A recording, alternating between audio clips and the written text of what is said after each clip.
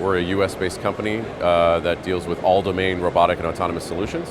We have an entire portfolio of small tactical drones, starting with our flagship product, which is the Black Widow. The Black Widow was selected by the US Army for the Short Range Reconnaissance program of record.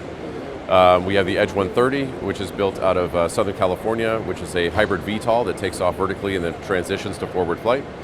And then we also have FPV technology called our family of Fang drones, which is flown through a controller and a heads-up display. We also have a new division called Blue Ops, which is unmanned surface vessels.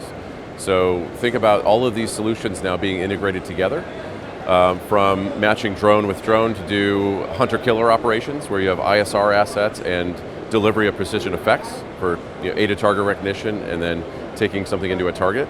But then the unmanned surface vessels, we can also integrate our drones into that as well. The advantage of that is that our drones, because they're small, they have limited flight time and limited range.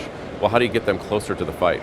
You can do a mothership, so we partner with companies like AV and Redwire to do marsupial deployment of our drones underneath the wings of larger aircraft. Or you can integrate them into our unmanned surface vessels as well, to again, travel long distances in, so let's say, littoral environments, to then launch the drones to do swarming. So we partner a lot too. Our business model is to know that we're very humble to say that we don't do everything ourselves.